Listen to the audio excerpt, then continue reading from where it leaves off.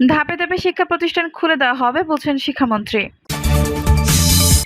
দেশের মানুষ প্রতিটি হত্যার বিচার চায় বলছেন জিএম কাদের।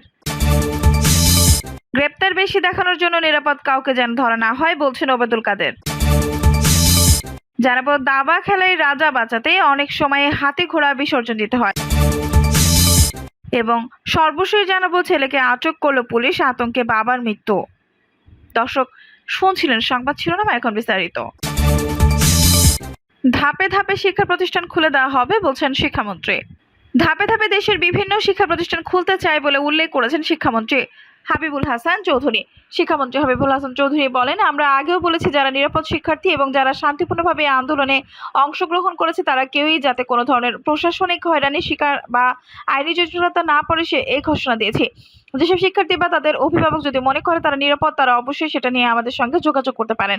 আমরা সরাসরি তাদের সব ধরনের সহযোগিতা দেব।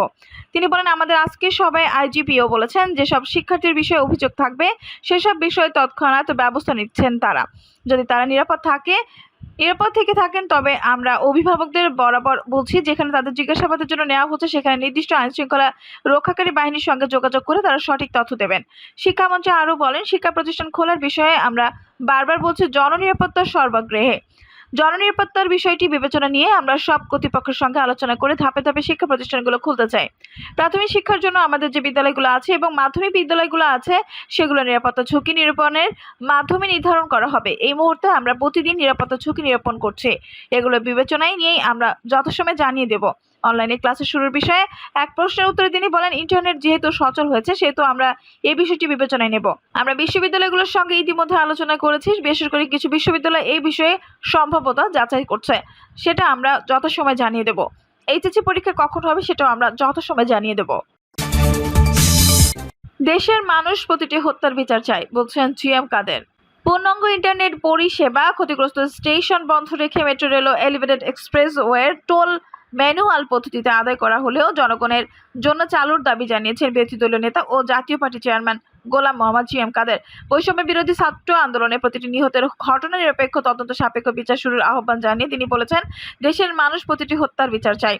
বিবৃতিতে তিনি বলেন, ইন্টারনেট পরিষেবা পুরোপুরি চালু না হওয়ায় সাধারণ মানুষ সামাজিক যোগাযোগ মাধ্যম ব্যবহার করতে পারছে না।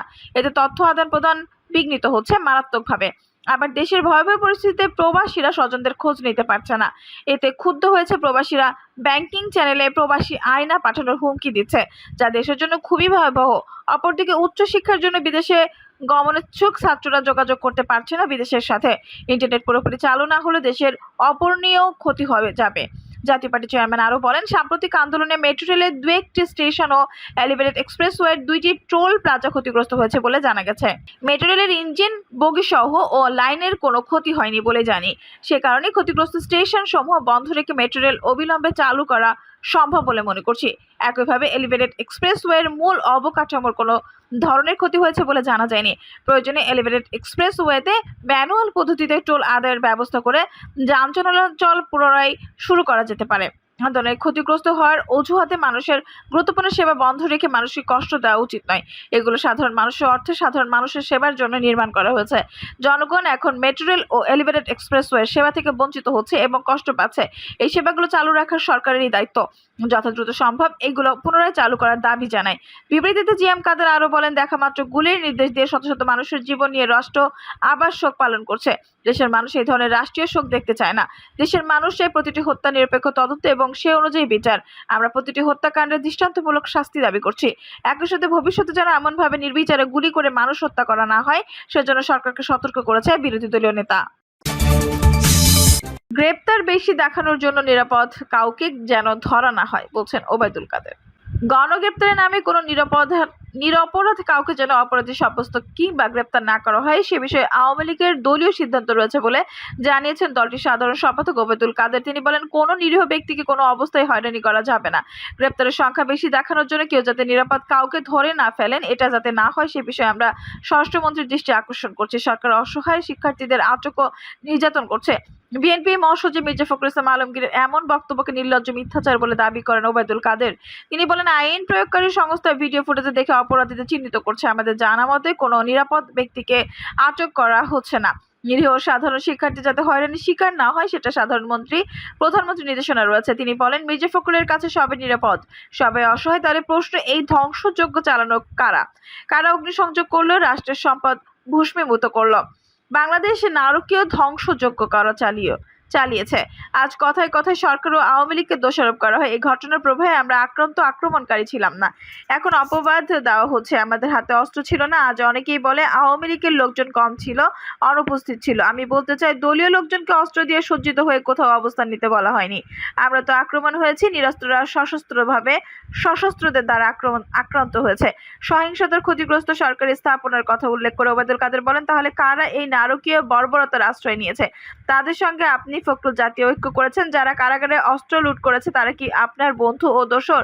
মির্জা ফখরুলকে উদ্দেশ্য করে আওয়ামী লীগের সাধারণ সম্পাদক বলেন, সব তথ্য আমাদের কাছে আছে। কোথা থেকে নির্দেশ এসেছে, উস্কানি এসেছে, কোথায় কোথায় বৈঠক করেছে, অর্থ জুগিয়েছে, কোন কৌশলে অর্থ পাঠিয়েছে সেটা আমরা জানি। সব ষড়যন্ত্র এখন জাতির কাছে দিবালোকের মতো স্পষ্ট। মিথ্যার বেশাতি করে আবোল তাবোল বলে জাতিকে বিভ্রান্ত করার সুযোগ নেই। দাবা খেলায় রাজা বাঁচাতে অনেক সময় হাতি ঘোড়া বিসর্জন দিতে হয়। জাতীয় সমাজতান্ত্রিক দল জাসদের সভাপতি হাসানুল হক ইনু বলেছেন, জামায়াত আমাদের বিরুদ্ধে বিভিন্ন সময় পদক্ষেপ নেবে, সেটা মিথ্যাচার হোক, গুজব হোক, সহিংসতা হোক, হত্যা, ইত্যাদি যাই হোক, কিন্তু আমি সেটাকে মোকাবেলা করতে হবে যাতে আমি আক্রমণ থেকে বাঁচি। একই সঙ্গে যখন একটি সংকট তৈরি হয় সেখানে নিজেদের থেকে তাকিয়ে দেখতে হবে যে নিজেদের ভেতরে কোনো ত্রুটি বিচ্যুতি আছে কিনা, কোনো গাফিলতি বা ব্যর্থতা আছে কিনা, বাড়তি কোনো অপ্রয়োজনীয় কাজ হয়েছে কিনা। হাসানুল হক ইনু বলেন, আমরা মনে হয় আমি শত্রুকে বেশি সুযোগ দিয়েছি। কোটা সংস্কার আন্দোলন ঘিরে পরিস্থিতি যতটুকু হওয়ার কথা তার চেয়ে বেশি জটিল হয়েছে আমাদের নিজেদের কারণে। সেটাও আয়নায় নিজেদের চেহারা দেখতে হবে। সেখানে যদি গাফিলতি, ত্রুটি বিচ্যুতি, অপ্রয়োজনীয় বা বাড়তি কোনো কর্মকাণ্ড হয়ে থাকে অথবা কোনো ব্যক্তি বা চক্র কাজ করে থাকে, সেটাকে চিহ্নিত করে সেটাকে ছেঁটে ফেলা দরকার।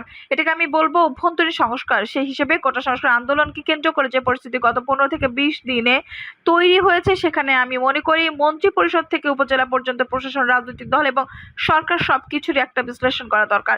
তিনি বলেন, কোনো যুদ্ধক্ষেত্রে একজন জেনারেল যদি ত্রুটি পাওয়া যায় সেখানে জেনারেলকে পরিবর্তন করে ফেলা হয়। পরিবর্তন করলে বদনাম হয় না এবং সেখানে অযোগ্য লোককে বাদ দিয়ে যোগ্য লোককে বসানো হয়। আমাদের সমস্যা হলে পরিবর্তনের পরামর্শ দিলে দোষ পড়ে পরামর্শের উপর। আমি 200 জন লোককে নিয়োগ দিয়েছি, কিন্তু মাঠে গিয়ে কেউ ফেল করলো। আর যদি কেউ ফেল করে তাকে বদলাতে হবে, তাকে টিকিয়ে রাখা দরকার নেই। না বদলালে বরং আমাদের ক্ষতি হবে। জাসদ সভাপতি বলেন, কোটা সংস্কার আন্দোলন সামাল দেওয়ার জন্য রাজনৈতিক সিদ্ধান্ত দরকার ছিল এবং এটা রাজনৈতিক বিষয়, কিন্তু আমলা দিয়ে আমি কেন করব? আমি রাজনৈতিক উদ্যোগ গ্রহণ করব, কিন্তু সেখানে কালক্ষেপণ হলো। আমরা যখন কোনো বিরোধী নাই, আমি যখন সংস্কার করতে চাচ্ছি তখন সেটা 3 দিনের মধ্যে নিষ্পত্তি হয়ে যাওয়ার কথা, কিন্তু সেটা হয়নি, বরং কালক্ষেপণের ঘটনা। রাজনৈতিক বিষয়ে রাজনৈতিক প্রতিনিধি দিয়ে নিষ্পত্তি না করার, মন্ত্রী পরিষদের অতি কথন আক্রমণাত্মক ভঙ্গি, প্রয়োজনে অতিরিক্ত কথা বলা সবকিছু জনগণকে বিক্ষুব্ধ করেছে। এমনকি পুলিশের আইজিপির বক্তব্য সঠিক ছিল না। তিনি এভাবে রাজনৈতিক কথাবার্তা বলবে কেন? সবকিছু মিলে বহু জায়গায় বহু রকম ব্যর্থতা দেখা দিয়েছে। পরিস্থিতি মোকাবেলা করার জন্য গুলি বর্ষণের প্রয়োজন আদৌ ছিল কিনা এমন প্রশ্ন রেখে হাসানুল হক ইনু বলেন, রংপুরে আবু সাইদকে যেভাবে গুলি করা হচ্ছে সেটা পুলিশের জন্য একটি বিশাল কালো দাগ হয়ে থাকবে। ভিডিওতে দেখা যাচ্ছে আবু সাইদ হাত তুলে লাফাচ্ছে আর তাকে গুলি করেই যাচ্ছে। সেটা রাবার বুলেট দিয়ে করি আর পাথর দিয়ে করি না কেন, এখান থেকে অজুহাত দিয়ে লাভ নেই। সে শিবির না অন্য কিছু, সেটা গুরুত্বপূর্ণ না। গুরুত্বপূর্ণ হলে খালি হাতে একটা ছেলে একলা লাফাচ্ছে আর পুলিশ তাকে গুলি করছে। আত্মরক্ষার জন্য তাকে তো দিতে হবে। দাবা খেলাতে রাজাকে রক্ষা করতে প্রয়োজন হাতি ঘোড়া বিসর্জন দিতে হয়। রাজা মানে আমরা, মুক্তিযুদ্ধের চেতনার রাষ্ট্র, শেখ হাসিনা এবং সংবিধান। এই রাজাকে রক্ষা করতে, এই আক্রমণ থেকে বাঁচতে বা নিজেদের ঘর সামলাতে রাজাকে রক্ষায় আমি হাতি ঘোড়াকে বিসর্জন দিতে রাজি আছি। দর্শক, এই ছিল এখনকার সর্বশেষ সংবাদ। নিশ্চয়ই ভালো লাগলে অবশ্যই একটা লাইক দিন, কমেন্টে আপনার মূল্যবান মতামত জানান। সবসময় আমাদের পাশে থাকতে সাবস্ক্রাইব করে বেল বাটনটি অন করে রাখুন। ধন্যবাদ।